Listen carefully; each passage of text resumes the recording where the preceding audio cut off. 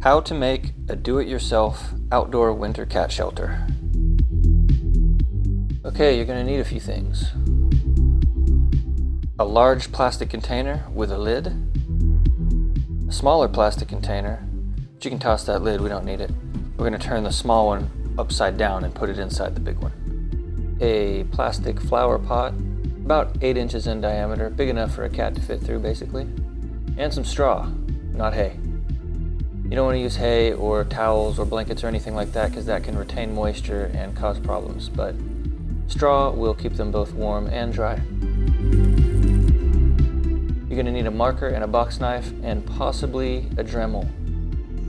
And lastly, pick up a drill and some duct tape. We're going to start off with the drill and make a hole in each of the 4 corners of our large container.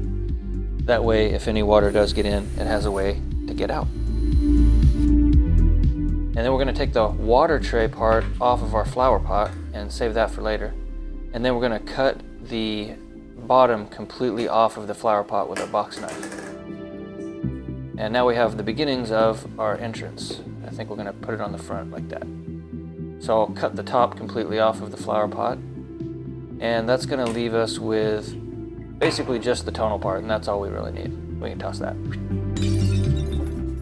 So now we're going to use that water tray part as just kind of a guide to make our beginnings of our entrance in the big container. But I realized that wasn't going to be big enough, so I turned it over and used the other side. But remember, you want to start off a little bit smaller than what you need, because if you go too big, you've ruined it. So start small, and then just make your circle wider until you can fit about half of the flower pot through the hole. Once you get it about right, do a test fitting. So basically it's going to fit together like this, where the smaller container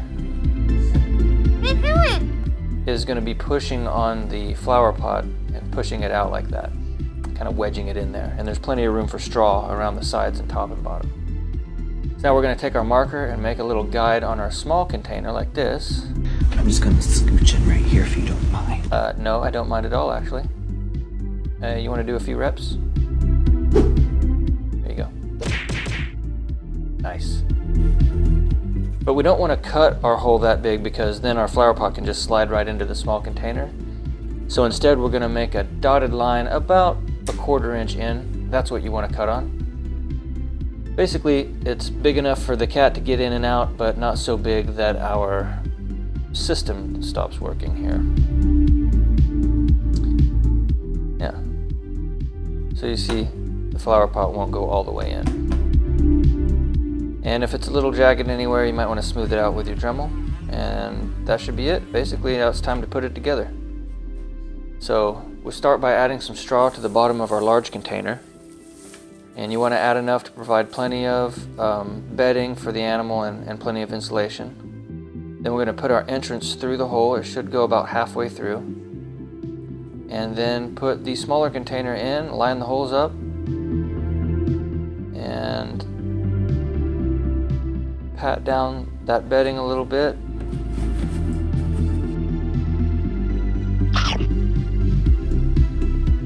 And now it's time to start adding some straw to the sides, front, and back.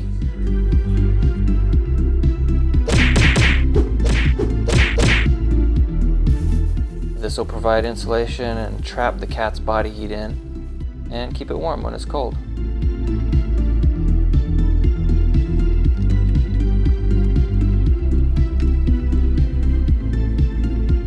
Okay, that's basically it. Put the lid on. Pretty much done. Let's take a look. Looks cozy. Might want to add a little duct tape to the lid in case it gets windy.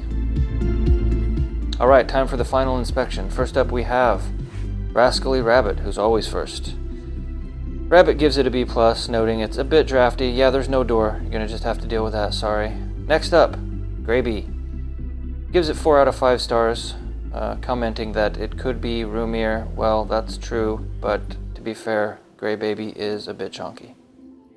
And lastly, but not leastly, we have Bootsy, who gives it a passing grade, but correctly points out that you don't really want to set it directly on the ground. So we're going to make ourselves a little bit of a riser out of a few pieces of wood. Basically want to make an I-beam or a H-beam, whatever you want to call it. And that should be enough. That way, if there is snow or melting snow or anything like that, it'll be off the ground a little bit. And there you have it. That's it. Thanks for watching.